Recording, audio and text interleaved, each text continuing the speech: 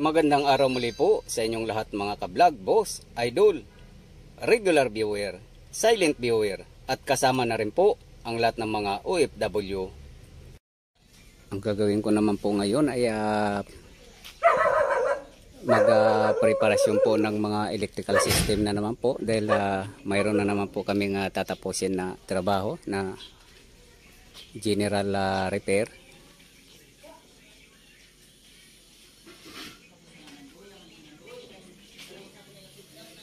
So malapit na naman pong matapos to. So itong mga mechanical, body repair at saka painting.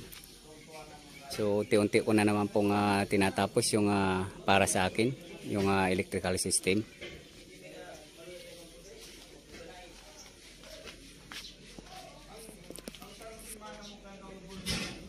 So yung preparasyon ko po dito ay yung kung paano ko po mapabilis yung pag-maintain ng mga lightings, lalong-lalo na po dito sa tail lamp. Ay napakahirap pong buksan once na nakalagay po itong cover na to.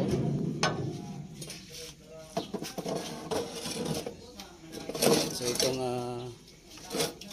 cover po na to, pinaka-support para wag masira yung tail lamp kaagad once na nagkarga po ng mga bato or graba.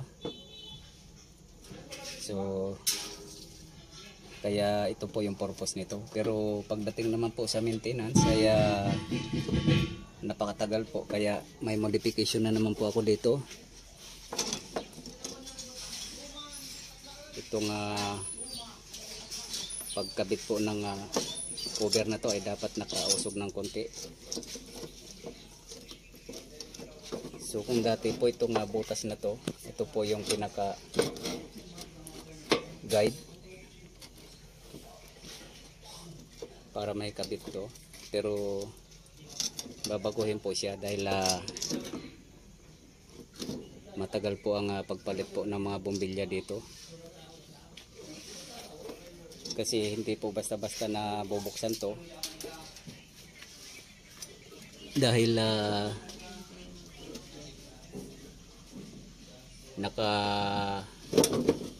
dikit po itong mga support na to. So ang gagawin po namin ay i-adjust po itong support na to, para pag tinanggal po itong cover na to, hihilahin lang po dito sa side, itong side na to. So ganun po yung mangyayari dyan. At ganun din po dito sa kabila.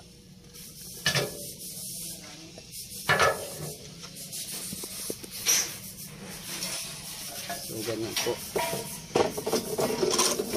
Sa tuwing pong may nasisira dito na bombilya ay kailangan pa pong tanggalin to. Ganyan. So napakatagal po pag ganyan. Kaya kailangan mag-adjustment siya, para pag tinanggal itong mga screw na to, itong 4 na screw, ay hihilahin na lang po dito sa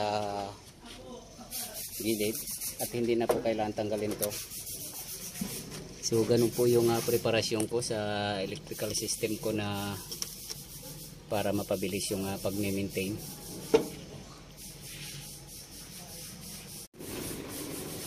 So ito po yung mga clearance light ay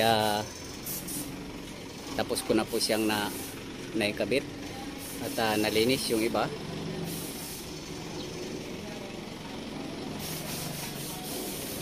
At yung painting naman ay patapos na rin siya. Ayan, no? So malapit na rin na naman po matapos to. At itong mga suspension ay unti-unti na rin pong nagpapalit ng mga suspension tong mga kasamahan ko na mechanic. Kaya halos magpangsabay po tong pagtapos ng trabaho namin.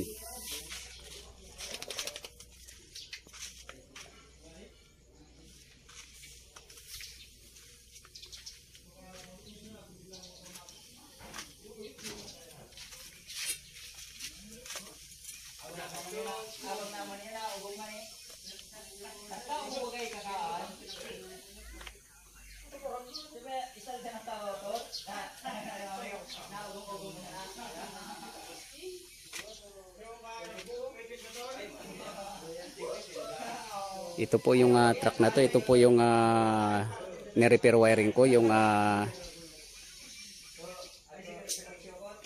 speedometer po. So natapos na po yun. Kulang na lang po yung testing. Dahil hanggat hindi po natatapos to ay hindi po namin may patakbo yung sasakyan. So kasama na rin po yung pag road testing ng sasakyan na to.